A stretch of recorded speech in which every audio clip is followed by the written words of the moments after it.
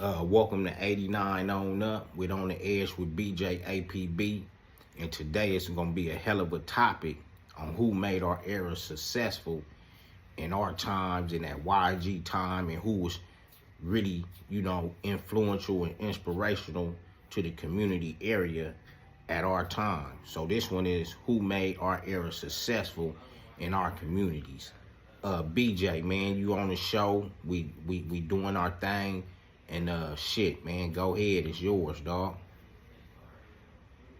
Thank you, bro. I really appreciate it. And as always, it's good to be here and sharing this content with my people, To everybody out there, peace and blessings. Good morning, good afternoon, and good evening. Thank y'all for joining the show. Today, I would like to share with y'all something that's deeply rooted in my heart. And I want y'all to know that off top. If I offend anybody with this story, I'm apologizing now because I don't mean to offend nobody. This is history. This is the only time I'm going to tell this story. And the reason why is because it's a real sensitive subject. And this story is about the origin of the YGs. And the reason I'm telling this story is because it's historic. And I want my young homies, as well as anybody else that's growing up in today's time, to know the struggles of what we went through and how we were successful. Now, in the essence,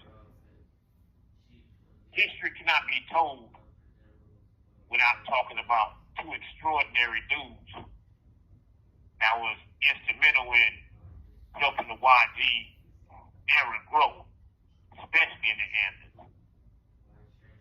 And this story is about my OG homie, Mr. Lunatic, Cook Street, and Mr. Booman, 124th Street. Now, in my era growing up, when I moved to the Answers with my grandmother and them in the 70s.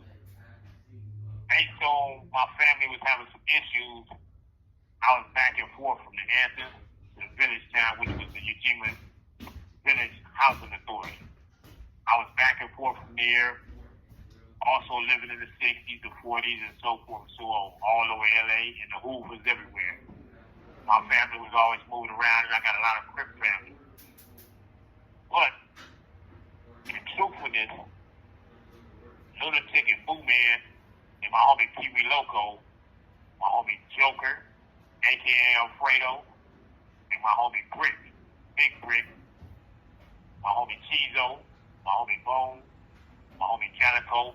These all dudes that, when I was coming up, these are the dudes I looked up to. This was the reason I became involved with Answers, made my choice of being a part boy.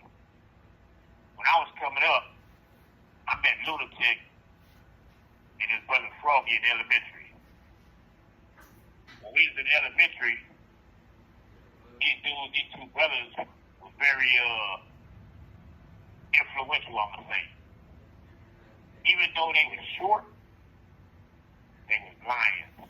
And I mean real lions. Some people don't like to speak and give props where props is due. But for surely, you can never tell a story about the YGs without mentioning Lunatic.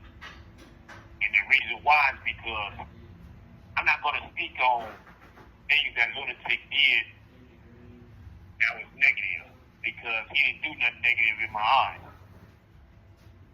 Lunatic was so influential on me because from the moment we met each other, I don't know if he liked me or disliked me, but I know he became my tormentor for a few years until one day we were sitting on my homie Doyle's front porch and he explained to me why he was like he was with me. From that day on, I had nothing but respect for Lunatic. Now, when I was coming up, growing up around the Answers, I was always a friendly, jokey type of person. Riding my bikes everywhere, joking, clowning, such and such, so forth. But Tick, he was the type of homie that he didn't like busters, and he didn't like people around there being loose and claiming the hood, but not being really with, understanding the dynamics of the hood, and could possibly get killed because you playing with the game. So if he saw you leaking, he was gonna fix your gangsterism. He was either gonna fix your gangsterism or he was gonna run off. So when I got the Vanguard, every opportunity Tick got, he took it upon himself to make me stronger. I took it as he was bullying me. But he made the opportunity of making me better. So what he would do was, whenever he saw me, he would tell me, "Come here, little nigga. I'll go over there and see what he wants." He would grab me in the headlock and we go to wrestle. I used to take offense to it. He didn't. Then there was an arcade that was on El Segundo and Avalon in the corner. Like, it was a chick dancing place where they had a lot of video games. All of us that was in the video games then, we would all go down there and play. At the time, I had a best friend, his name was Troy. He stayed over in the Campanella. First, he stayed in our hood on El Segundo in the trailer park. Then he moved from down there to the Campanella to the trailer park. And he was my best friend at the time because we both played video games. And our favorite video game was track and field.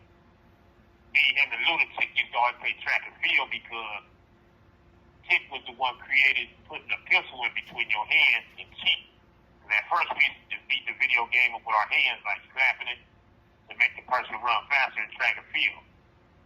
Lunatic was the one that came up there with a pencil one day and stuck it in between his fingers, throwing up the hood. And every time he tapped the pencil, it made the dude run faster. And he always used to break records on the video game. So we was always competitive. One day Lunatic came up there and we was playing and he ran out of money actually for some quarters. I didn't want to give him a quarter because I wanted to play the video game. So I told him I didn't have none. He tried to go in my pockets. We got to fighting. He got the better of me and took my money. I ran home crying like a little girl. Told my daddy. My daddy, instead of him being the gangster, he called the police on Tick. From that point on, Tick hated me. So from that point on, he tormented me. As he tormented me, I hated my father because my father put me in a situation in the neighborhood where it looked like I was a snitch. Like I was just running around just telling on people. From that point on, Tick would always bother me. But what I respected was the homies that Tick was with, they never participated in what he was doing as far as when it came to me. But he was always tormenting me. So one day, it got to the point of I didn't understand it to where I was plotting on killing Tick. So what I did was somebody had been telling Tick information. Tick was, I don't know how he did it, but till this day, I'm just going to keep it real. Tick was a good-ass dude and a smart because he knew I was plotting on him. Because one day he came past my house, it was him and the homie Cyclone on a bike. They was on the 10-speed. And when they came over my house, Tick was like, "What's up, little homie?" I was like, "What's happening?" He was like, "Man, I heard you got some pistols for sale." I was like, "I do." He's like, "Let me buy one. I'm going to send you one." I said, "I'll pay you $50 right now." He's like, "Let me get one." I said, "Come on, come in the backyard." At that time, I was so bitter and scared of Tick and tired of his shit, and I was trying to lure him in my backyard because I knew if I killed him in my backyard, I would get away with it as self-defense because he in my yard. Tick was so goddamn smart, he said, "Nah, bring it out here, I'll buy it out here." I kept telling him, I said, "I don't want everybody in my business come in the backyard." He wouldn't go for it. He laughed at me, got on the 10th speed, and he rode off. Yeah, just bring it on Cook Street and I'll buy it whenever you want to sell it. They left. I was mad he didn't go for it, and I had a heart to shoot him in front of everybody. Later on, he called me over Doyle House, and he told me, he said, "Man, you thought you was sick, huh?" I said, "What you mean?" He said, "I know what you was thinking." He said, "Man, I've been around here too long and did too much studying to fall for that." He said, "You know why I mess with you all the time?" And I said, "Why?" He said, "Because I want you to do better, homie." He said, "A lot of people around here getting killed." He said, "I don't be bullying people or hurting people." He said, "Just that when y'all run around and claim the hood, I want y'all to be like me or leave this game alone. He said, because I get shot at every day. This game is real. When he talked to me and gave me a hug, then after that, I got on the bike with him. I rode him on the handlebars of my bike, and we went down to Carlton. He introduced me to his baby mama at the time. His baby mama was pregnant. He introduced me to his baby mama because Tick didn't take everybody around his family. So when he took me over there, I knew he cared. And his baby mama was pregnant. He was rubbing her stomach. And he was telling me like, man, she finna have a boy. He like, man, I'm finna finally have a boy. And he was talking about how it's finna change his life. After that, Tick was in jail. Now, before that, winding back a little bit, I had already told the story about how YG got started, how the homie got mad at the OGs that came up with this name. I didn't say it then, but that was Tick. Tick was the one that got into it with the OGs, and the OGs wouldn't give him a gun, and he got mad and rode off, jumped out the car, and broke YG on the wall. But he actually wrote YBG, Young Blood Generation. That's what he wrote on the wall. From that point on, the crew that was hanging with him was the dudes, they was always talking about him. I don't know how the meeting happened or whatever because I wasn't there. But when Cree told that story about him being the original YG, on Everything I Love, he's not lying because Cree was one of them. Now, those homies that was on Cook Street, Cree, Lunatic, Psycho, Dumb Girl, Skull, Egg, all those dudes, even Skull and Matter, Egg, was younger than us. But they was instrumental in helping get YG off the ground. Then on my side of town, on my side of El Segundo, though the homie Boo Man used to never say he was a YG, him and Tick was tight.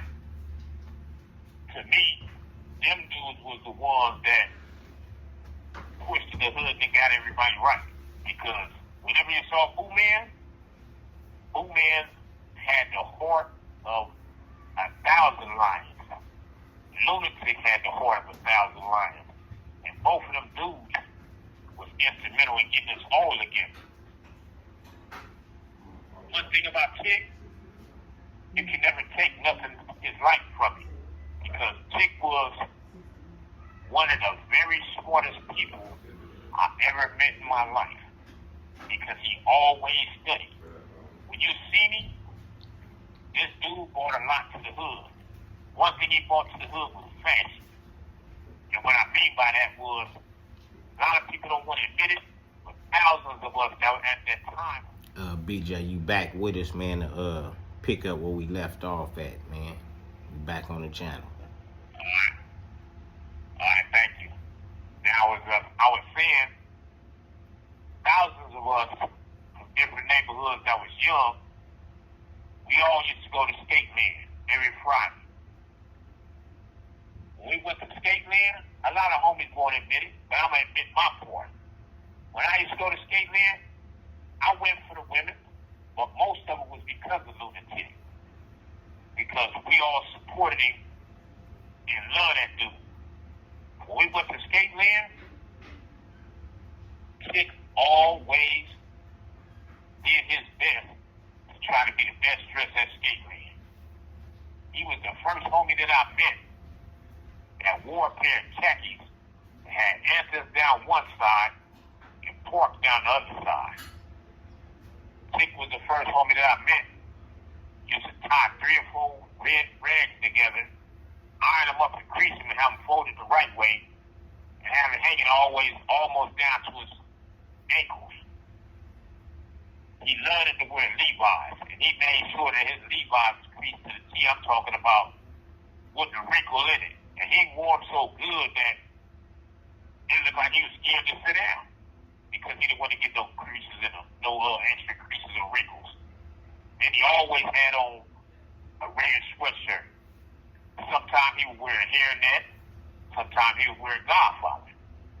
I remember one time he had on a red sweatshirt, blue Levi's, and the man had nerve to have on a pair of red jellies. Though we might didn't like the jellies, Tick made them popular. Everybody started wearing jellies. Then from there, you always see him with Romeos, and when you see him with Chucks on, Tick made sure his Chucks was crispy white. He made sure his shoestrings was bright red and brand new. He never wore no old dusty Chucks. You never saw that man dusty. The reason we followed him to Skateland was because everybody wanted to see Tick dance. At this time, this was the era of break dance and pop locking and all this stuff. Tick got the name Tick because he was the best on that side of town, and nobody could dispute this. At ticking. Anybody that know anything about ticking? If you don't know about it, go to YouTube and tap in ticking. You'll see what it means. He was the best at it, homie. You know, hands down. Now, Boo Man didn't do the dance. Boo Man was too gangster for dancing. So what Boo Man did was post up, was ready to shoot you at any time. That was his thing. He didn't do no dancing. Boo Man was just too gangster for that. I admire Boo Man because the way he laughed and the way he carried himself, and the women went crazy over these two dudes. This is why I admire them. Now, when you saw Tick dance, everybody in our group, period, in that era, was dancers, but gang members. And in that era, everybody had their own style.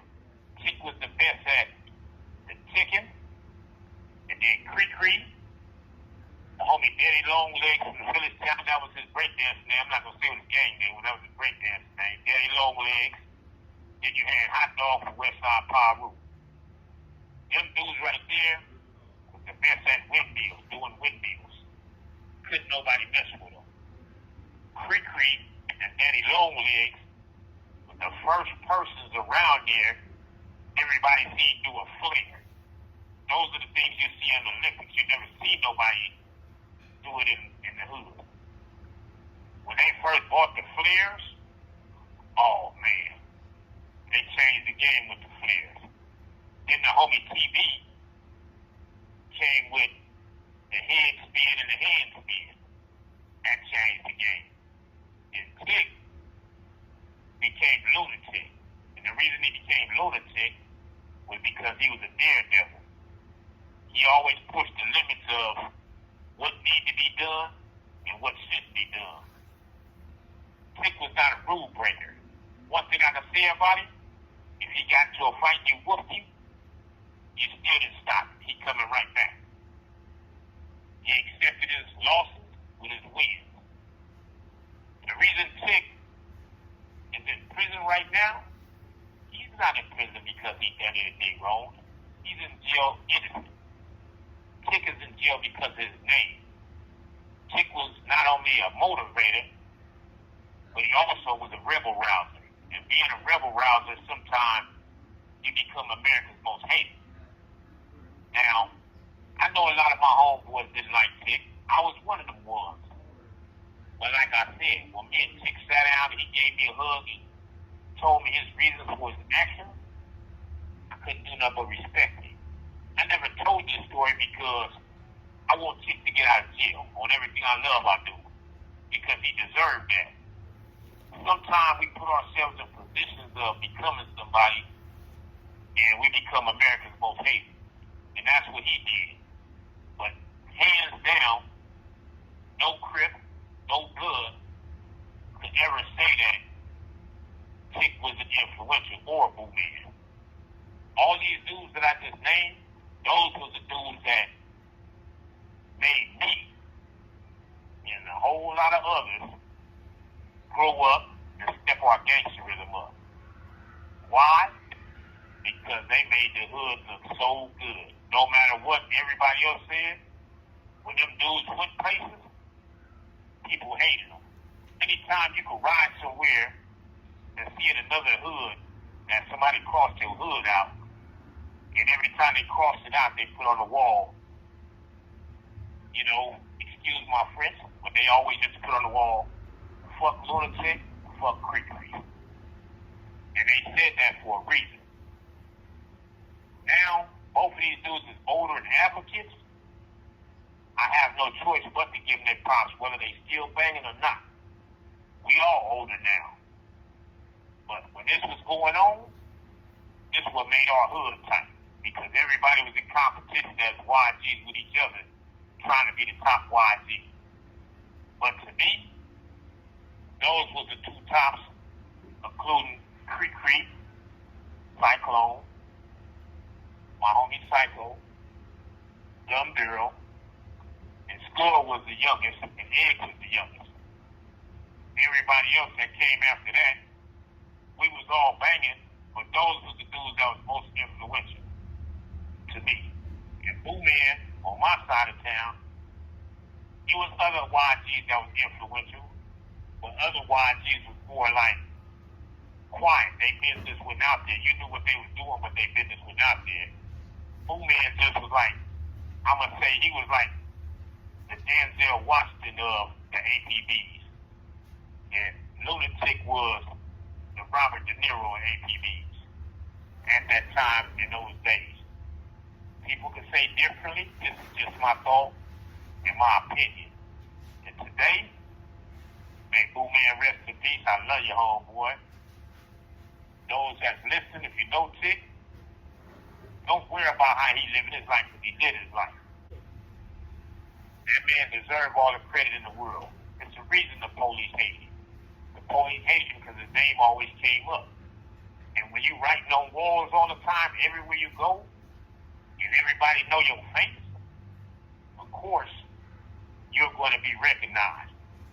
But if the police was smart enough, they would understand and check the paperwork and see that the same person that put Lunatic in jail put 5 other people in jail. Sometimes you got to look at it and realize somebody's lying. Free Lunatic. Regardless of where he at or how he living his life, that man's a hell of a motherfucker, man. And he taught me a lot in this game. Him and Boo Man. So when you talk about YG, if I told a story about the YGs that mentioned those two and the rest of the homies that I mentioned, I can't tell history. I said this to keep it real with y'all. This way when I tell stories, y'all know DJ is not going to never lie to y'all. I don't lie about my homies or nothing. I just don't like telling other people's stories because other people, I don't want to get offended by me speaking on their name. But when it comes to history, them dudes will forever go down in history as who they are and what they did. You know what I mean? And like I said, those were the dudes that was influential in helping me mold me become the monster I was at that time. Those were the reason I became the monster. When you got those two dudes on you every day, constantly slap boxing with you, wrestling with you, you have no choice but to step up or move away and become a square. They made dancing in my era become very successful and I'm still living today. That's why most of the people in my era are still living. Because of Tick, the homie Boo Man, and those other names that I named. So, shout out to all the dudes. What about you, Pike? When you was coming up, who was influential over there in the NHPs that made you become G-Half Pike? With that being said, we're going to do a small intermission, and we're going to come back with the part 2, and I'm going to serve my half, BJ. 89 on up, with On the Edge with BJ APB, and we just sending it.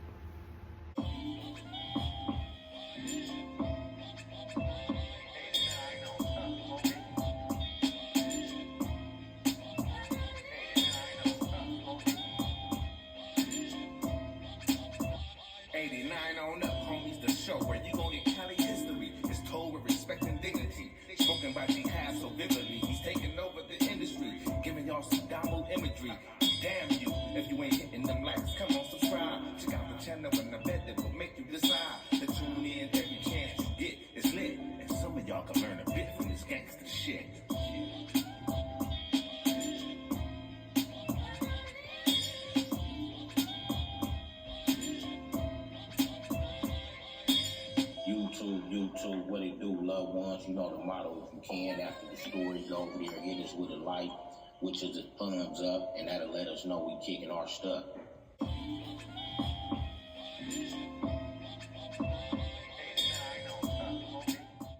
I want to thank the homeboy G. Lee Deuce for the intro from the legendary Monumental Historical Hip Hop album Banging on Wax. You can reach him on Instagram at Solid from Day One. Today we on the edge with BJ